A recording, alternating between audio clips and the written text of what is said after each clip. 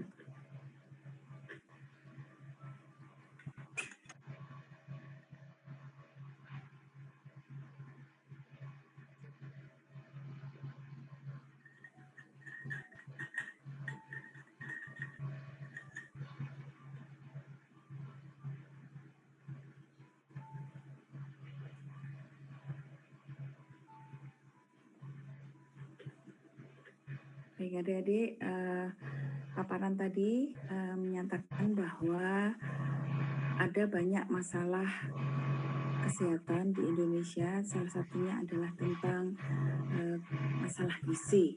Nah, ternyata masalah gizi itu ada beberapa hal ya, tidak hanya tentang masalah stunting, tetapi juga ada masalah-masalah yang lain. Mari kita melihat bahwa ternyata di sini kasus obesitas anak di Indonesia itu meningkat tajam. Nah, ini datanya sudah disajikan walaupun ini data cukup lama, tetapi bisa menggambarkan bahwa ternyata Indonesia itu menempati posisi 10 besar daftar negara dengan tingkat obesitas tertinggi di dunia. Nah, ini tentu saja akan sangat memprihatinkan. Nah, mengapa kita khawatir dengan masalah obesitas? Nanti akan kita bahas sedikit bagaimana kaitan antara obesitas ini dengan penyakit-penyakit yang lain yang ada di dalam tubuh kita. Nah, baik adik-adik, jadi masalah gizi ternyata yang terjadi di negara-negara berkembang atau negara Indonesia ya salah satunya adalah masalah gizi ganda. Jadi masalah gizi yang kompleks. Nah, masalah gizi kompleks itu bisa kita bagi secara mudah adalah masalah gizi kurang dan masalah gizi lebih. Nah, masalah gizi kurang itu masih banyak tersebar di pelosok-pelosok di Indonesia. Kemudian masalah gizi berlebih ini ternyata sudah mulai meningkat juga di Indonesia ya. Nah, mari kita lihat dulu sebagai pengantar apa tuh kemanfaatan dari gizi. Gizi itu sebenarnya ada beberapa fungsinya. Yang pertama adalah untuk perkembangan otaknya. Jadi kalau seseorang memiliki kondisi status gizi yang ideal atau optimal, maka dia perkembangan otaknya bagus. Kemudian kalau misalnya ini hanya sebagai contoh saja ya, apabila ada murid ya ditanya itu ya, kemudian dia lamban jawabnya, apa komentar teman-temannya? Komentar teman-temannya adalah, wah kurang gizi. Nah ini ya, jadi ini ternyata gizi itu berpengaruh juga pada perkembangan otak. Fungsi yang lain adalah untuk perkembangan perilaku. Perkembangan perilaku ini maksudnya adalah perilaku seseorang itu bisa terganggu karena ada gangguan di dalam masalah gizinya. Ya. Kalau orang itu bukan tidak harus contoh masalah gizi ya, misalnya saja adik-adik dalam kondisi lapar. Kondisi lapar itu perilaku kita bisa berubah dari berbeda dengan pada waktu kita kondisinya kenyang atau ya tidak lapar ya. Jadi mungkin kita menjadi lebih sensitif ya, kemudian mungkin malah menjadi apatis ya, ditanyain tidak menjawab gitu ya, tidak ada reaksi. Ini menunjukkan bahwa ternyata gizi itu berpengaruh juga pada perkembangan perilaku. Kemudian pada produktivitas atau kemampuan kerja. Kalau mahasiswa itu kemampuan kerja yang dimaksud di sini adalah untuk aktivitas belajarnya, apakah aktivitas belajarnya dia maksimal atau tidak. Kemudian yang lebih penting lagi pada kondisi kita saat pandemi saat ini adalah fungsi dari gizi itu adalah untuk daya tahan terhadap infeksi. Ini adik-adik tahu bahwa mungkin membaca dari jurnal-jurnal atau cerita dari tenaga-tenaga kesehatan yang merawat pasien COVID, maka pengobatannya dimaksimalkan pada peningkatan gizinya. Jadi pasien yang menderita COVID itu di sana ketika saya tanya, ada seseorang saya tanya apa aja sih yang dirawat waktu di rumah sakit, saya itu pagi, siang, sore, malam disuruh makan buah, sayur dengan porsi yang besar ya. Kemudian pemberian vitamin-vitamin itu melebihi dosis biasanya, bisa 2 kali lipat. Selain itu juga ada tetap memberikan obat-obat antivirus diberikan. Nah ini, jadi gizi itu antara lain kemanfaatnya adalah untuk daya tahan tubuh kita. Kemudian untuk kondisi lebih lanjut lagi untuk masa yang akan datang adalah untuk pencegahan terhadap penyakit degeneratif. Jadi penyakit degeneratif itu terjadi karena penurunan fungsi dari organ-organ dari tubuh kita, itu bisa karena salah satu faktornya adalah gangguan nutrisi di dalam tubuhnya. Ya.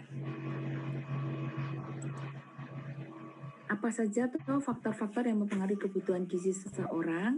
Ini Ada beberapa faktor yang bisa kita list di sini. Pertama adalah mungkin usia ya, usia. Anak-anak dengan orang dewasa itu kebutuhan gizinya akan berbeda. Demikian juga antara laki-laki dengan perempuan juga akan berbeda. Kira-kira laki-laki dengan perempuan lebih banyak yang mana kebutuhannya? Kita bisa melihat juga tidak semata-mata hanya karena usia dan jenis kelamin, tetapi mungkin aktivitas juga akan mempengaruhi kebutuhan gizinya. Bukan berarti laki-laki selalu lebih banyak daripada perempuan.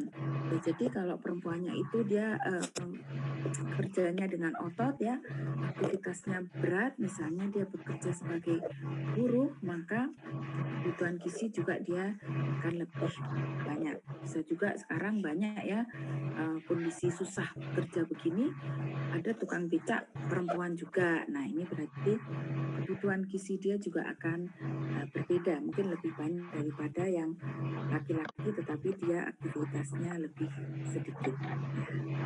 Ini adalah beberapa faktor yang bisa kita lihat ternyata mempengaruhi kebutuhan gizi seseorang. Nah, sekarang mari kita lihat apa yang dimaksud dengan status gizi. Status gizi adalah keadaan tubuh sebagai akibat konsumsi makanan dan penggunaan zat-zat gizi di dalam tubuhnya. Status gizi ini bisa kita kategorikan atau kita golongkan menjadi beberapa, yaitu status gizi buruk, kurang, baik, dan berlebih. Nah ini Adadin nanti bisa melihat, akan saya sampaikan saja nanti sebagai bagian dari handout ada tabel untuk status gizi. Kalau kurang itu seperti apa, baik seperti apa, berlebih seperti apa. Nah status gizi buruk ini manifestasinya bisa bermacam-macam. Ini kalau pada dewasa antara lain ada yang disebut sebagai homerudim. Homerudim itu kurang gizi dengan kondisi yang cukup parah ya. Jadi honger itu artinya lapar ya, busung lapar. Rudim itu busung ya. Jadi dia sebenarnya kekurangan gizi tetapi dia perutnya busung besar ya.